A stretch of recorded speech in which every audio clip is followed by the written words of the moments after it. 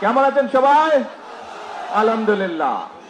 প্রিয় ভাই বোনেরা, এই যে আজকে এখানে যে মৎস্য অবমুক্তকরণ হলো, এই মাছগুলো যখন বড় হবে, এই মাছগুলো যখন ডিম পারবে, বিভিন্ন খালে বিলে ঢুকবে, তখন উপকার কাদের হবে?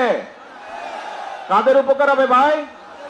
ওই লন্ডনের মানুষের উপকার হবে না জাপানের মানুষের উপকার হবে?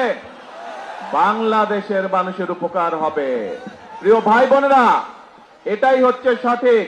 অর্থাৎ আপনারা বিগত নির্বাচনে বাংলাদেশ জাতীয়তাবাদী দল অর্থাৎ শহীদ রাষ্ট্রপতি জিয়াউর রহমানের দল, দেশনেত্রী বেগম খালেদা জিয়ার দল বিএনপিকে আপনারা জয়যুক্ত করেছিলেন। কারণ বিএনপির রাজনীতিটাই হচ্ছে এমন একটি রাজনীতি, যেই রাজনীতির বাস্তবায়ন করলে পরে দেশের মানুষ উপকৃত হবে, গ্রামের মানুষ উপকৃত হবে। এটাই হচ্ছে বিএনপির রাজনীতি। এবং সে কারণেই আমরা চাই এই রাজনীতি বাস্তবায়নের মাধ্যমে বাংলাদেশকে একটি কল্যাণমুখী রাষ্ট্র গড়ে তুলতে।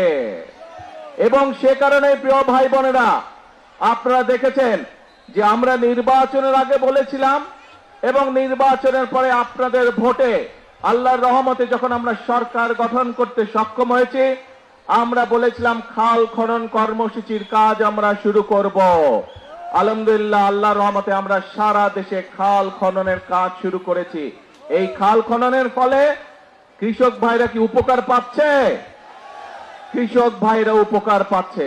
শুধু খাল খনন করলে কৃষক ভাইরাই উপকার পাবে না, একই সাথে খালটা যেই এলাকার ভিতর দিয়ে যাবে সেই এলাকার মানুষও পানির সুবিধা পাবে।